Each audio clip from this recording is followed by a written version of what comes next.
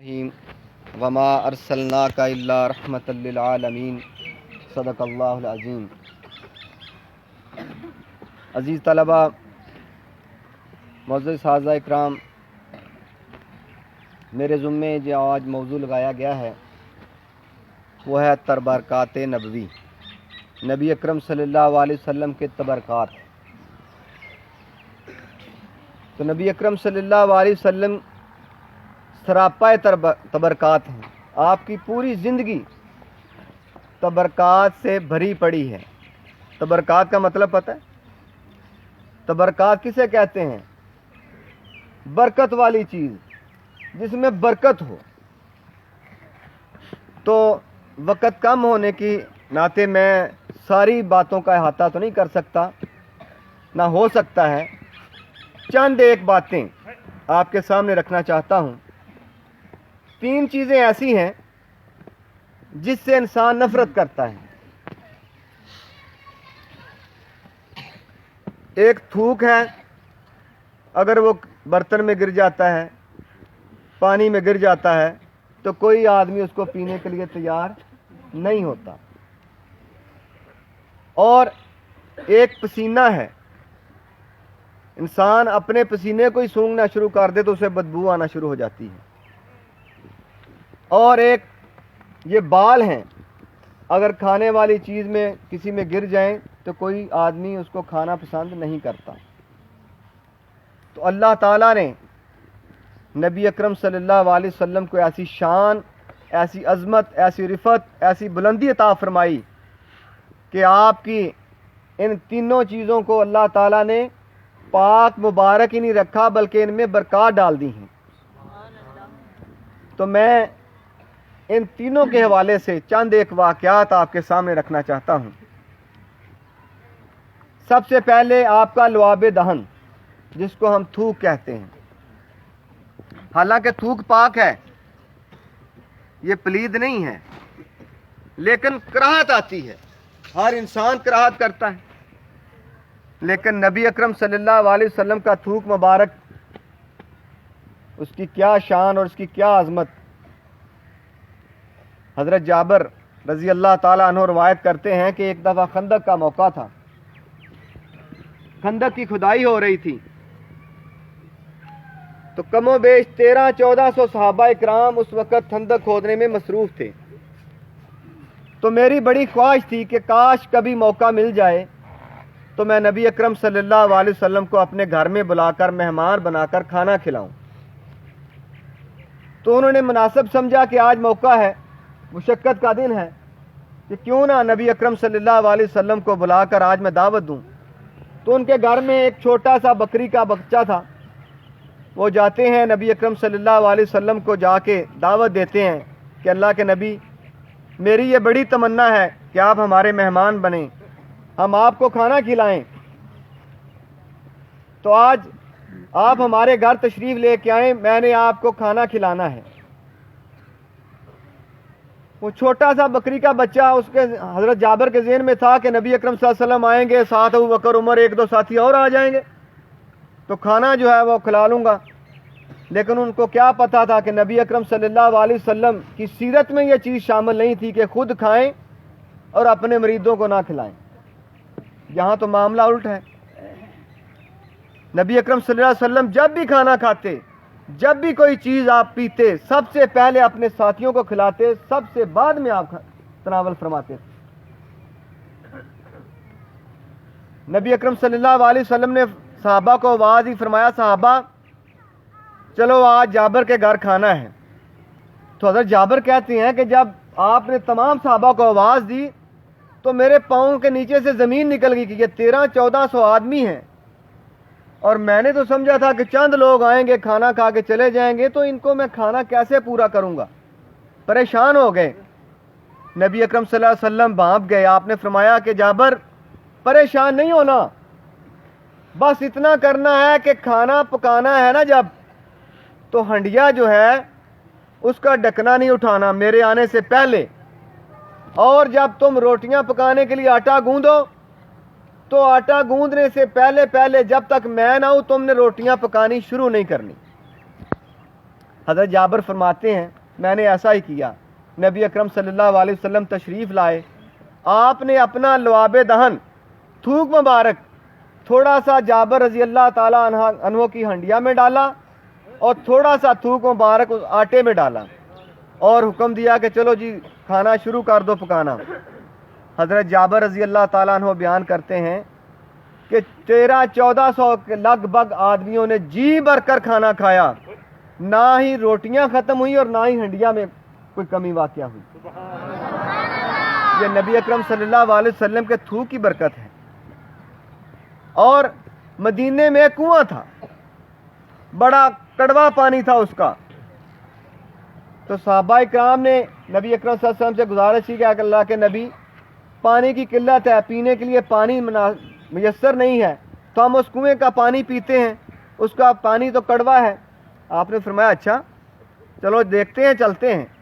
نبی اکرم صلی اللہ علیہ وسلم جاتے ہیں اور اپنا تھوک مبارک اس کنویں میں ڈالتے ہیں اور وہ کنواں اتنا میٹھا ہو جاتا ہے جیسے شہد ہوتا ہے. غزوہ خیبر کے موقع پر حضرت علی رضی اللہ تعالیٰ عنہ کی آنکھیں خراب تھیں اور نبی اکرم صلی اللہ علیہ وسلم نے فرمایا کہ آج صبح میں جھنڈا اس کے ہاتھ میں دوں گا جس پر اللہ بھی راضی ہو اور میں محمد بھی راضی ہوں. صحابہ فرماتے ہیں ساری رات پریشانی میں گزر گئی, ہر ایک کے ذہن میں تمنا تھی کہ وہ کون خوش قسمت انسان ہے جس پر اللہ بھی راضی ہو اور اللہ کا نبی بھی راضی ہو. تو آپ نے جب صبح ہوئی ساری رات اس انتظار میں جاگتے ہوئے گزار دی صحابہ نے کہ کاش آپ میرا نام لے لیں, میں اس میں آ جاؤں. لیکن جب صبح ہوئی تو آپ نے فرمایا کہ آئی نا علی, علی کہاں ہے, اس کو بلایا جائے. تو صحابہ نے عرض کیا یا رسول اللہ صلی اللہ علیہ وسلم حضرت علی کی آنکھیں خراب ہیں, وہ شامل نہیں ہو سکتے. تو آپ نے فرمایا ان کو بلاؤ. حضرت علی کو بلایا جاتا ہے. نبی اکرم صلی اللہ علیہ وسلم اپنا تھوڑا سا لعاب دہن نکال کر حضرت علی کی آنکھوں میں پہ لگاتے ہیں اور حضرت علی کی آنکھیں اسی وقت بالکل ٹھیک ہو جاتی ہیں. یہ آپ کی تھوک کی برکت ہے.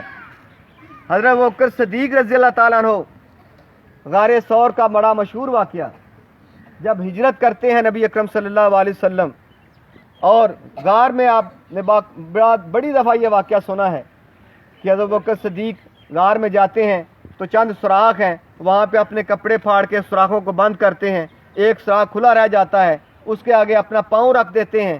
تو وہاں پہ کوئی زہریلی چیز, سیرت نگاروں نے لکھا ہے کہ سانپ یا بچھو, تو ان کو ڈستا ہے تو ان کو اتنی تکلیف ہوتی ہے, آنکھوں سے وہ جو ہے وہ پانی جاری ہو جاتا ہے. لیکن چونکہ نبی اکرم صلی اللہ علیہ وسلم ان کی گود میں آرام فرما رہے ہوتے ہیں تو انہوں نے اس کو گوارا نہیں سمجھا کہ وہ اٹھیں یا نبی اکرم صلی اللہ علیہ وسلم کی نیند میں آرام میں خلل ہو, تو انہوں نے اس کو پیر کو جمائے رکھا. اور وہ موذی چیز جب نبی صلی اللہ علیہ وسلم نے دیکھا تو ابوبکر کی آنکھوں میں آنسو. تو آپ نے پوچھا ابوبکر یہ کیا ہوا ہے, تو انہوں نے سارا واقعہ سنایا. تو درد کی شدت کی وجہ سے ابوبکر رضی اللہ تعالیٰ کرا رہے تھے لیکن اظہار نہیں کر رہے تھے. تو نبی اکرم صلی اللہ علیہ وسلم نے اپنا تھوک مبارک جو ہے وہ حضرت ابوبکر صدیق رضی اللہ تعالیٰ کی ایڑی پر لگایا اور اللہ نے فوری طور پر شفا دے دی. حضرت خالد بن ولید رضی اللہ تعالیٰ بیان کرتے ہیں کہ ایک موقع پر ایک غزوہ میں مجھے شدید چوٹ لگ گئی, میں مزید جنگ لڑنے کے قابل نہ رہا اور بیٹھ گیا. لیکن نبی اکرم صلی اللہ علیہ وسلم کو پتا تھا کہ خالد بن ولید جیسا جرنیل اگر جنگ میں بیٹھ جائے تو پھر فتح جو ہے وہ مشکل ہو جاتی ہے. نبی اکرم صلی اللہ علیہ وسلم نے فرمایا خالد کیا معاملہ ہوا؟ تو حضرت خالد بن ولید رضی اللہ عنہ فرماتے ہیں اللہ کے نبی مجھے شدید چوٹ لگ گئی ہے, میں اب مزید اس جنگ کو جاری نہیں رکھ سکتا. تو آپ نے فرمایا کہاں پہ چوٹ لگی ہے؟ تو انہوں نے اپنی ٹانگ کی طرف اشارہ کر کے جہاں پہ چوٹ لگی بتایا کہ یہاں پر مجھے چوٹ لگی ہے. حضرت خالد بن ولید روایت کرتے ہیں, انہوں نے فرمایا کہ نبی اکرم صلی اللہ علیہ وسلم نے اپنا لعاب دہن نکالا اور حضرت خالد کی ٹانگ پر لگایا. حضرت خالد کہتے ہیں کہ مجھے اللہ کی قسم ہے جب آپ کا تھوک مبارک لگنے کی دیر تھی کہ مجھے اللہ تعالیٰ نے شفا دے دی, مجھے پتہ بھی نہیں تھا کہ میرے جسم میں کوئی درد ہے. یہ نبی اکرم صلی اللہ علیہ وسلم کی تھوک. بے شمار واقعات تاریخ بڑی پڑی ہے, آپ مطالعہ کیا کریں سیرت کا. اور ایک بات، 3 باتوں کا میں نے آپ سے وعدہ کیا تھا. تھوک کے حوالے سے یہ چند واقعات میں نے آپ کے سامنے رکھے.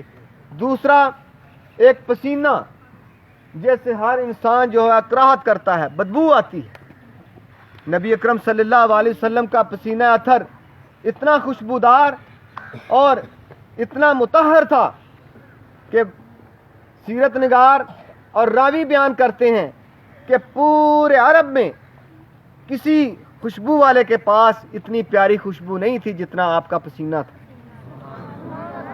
ایک دفعہ ام سلیم رضی اللہ تعالیٰ عنہ کے گھر آپ تشریف فرما تھے. دوپہر کا وقت تھا. نبی اکرم صلی اللہ علیہ وسلم آرام فرما رہے تھے تو آپ کے پیشانی مبارک پر پسینے کے چند قطرات ظاہر ہوئے.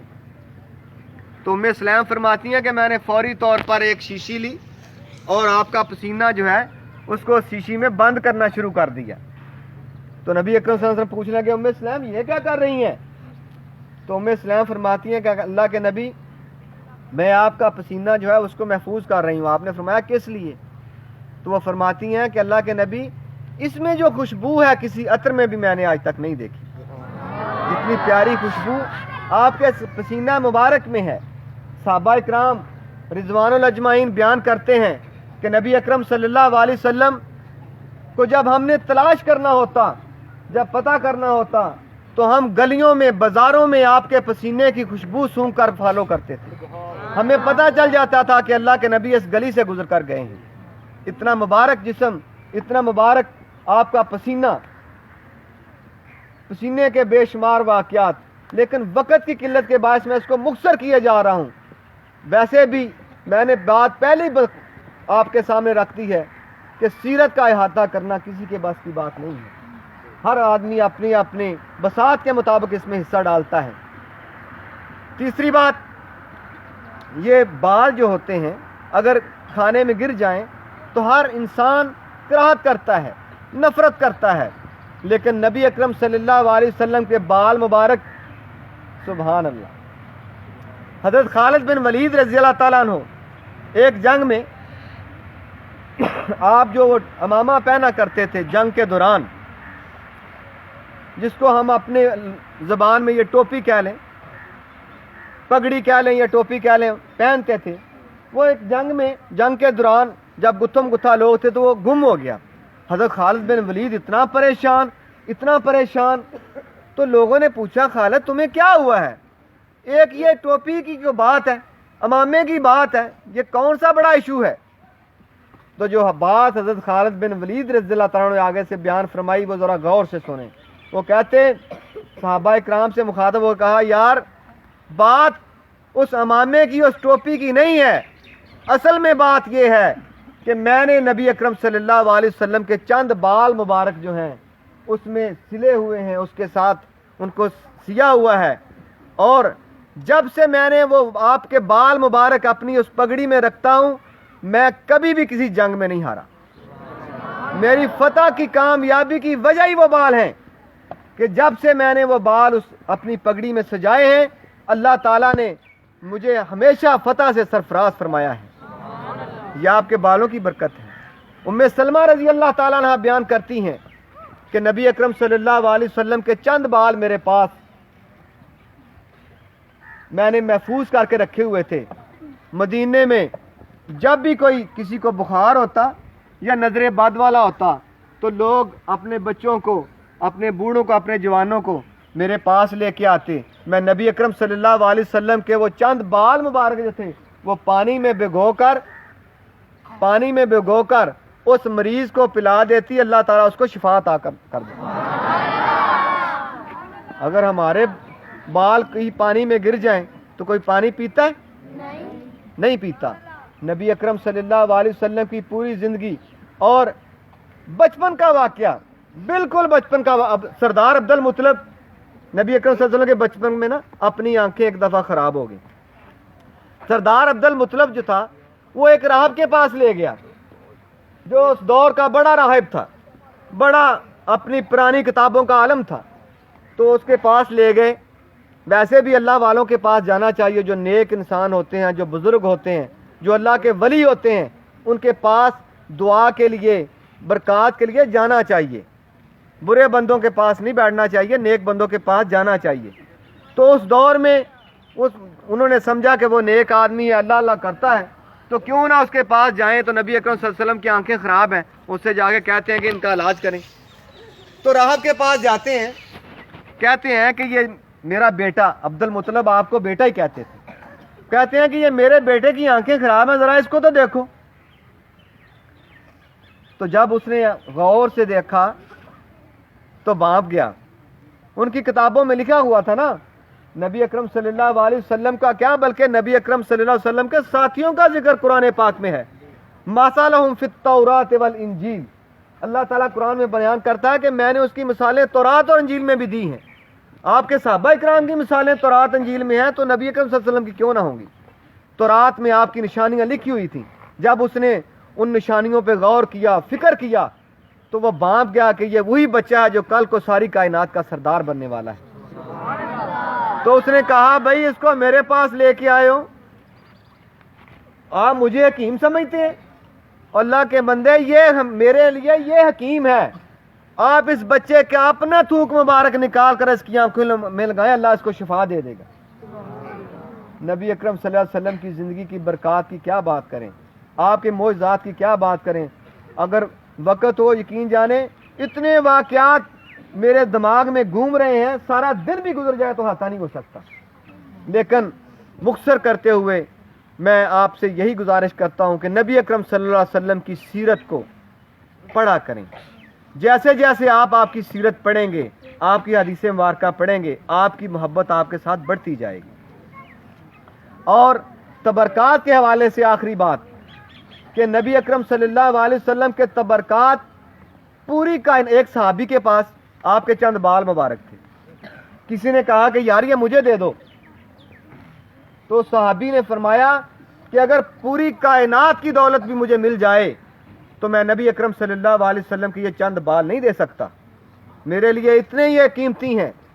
اس لیے یہ ذہن میں رکھیں کہ جس کے پاس بھی نبی اکرم صلی اللہ علیہ وسلم کی کوئی مبارک تبرکات ہے، مبارک چیز ہے، اس کی جان جا سکتی ہے، کائنات لٹا سکتا ہے، لیکن نبی اکرم صلی اللہ علیہ وسلم کے تبرکات کسی کو نہیں دے سکتا۔ آج کل کیا ہو رہا ہے، جگہ جگہ پہ لوگ بیٹھے ہیں دکانداری سجا کے، یہ تبرکات آئے، ہمارے محلے میں بھی آتے ہیں، ارزاق صاحب کو پتہ ہے، ہر ماہ کے بعد میلہ لگا ہوتا ہے، پوری عورتیں محلے کی کٹی، نبی صلی اللہ علیہ وسلم کے تبرکات ہیں، یہ زیارت کر رہے ہیں۔ مجھے سمجھ نہیں آتی کہ پاکستان میں تبرکات سارے آ گئے ہیں، جس کے پاس بھی نبی اکرم، یہ جعلی تبرکات نہ ہوں، اصلی تبرکات کی میں نے آپ کو بات بتائی ہے۔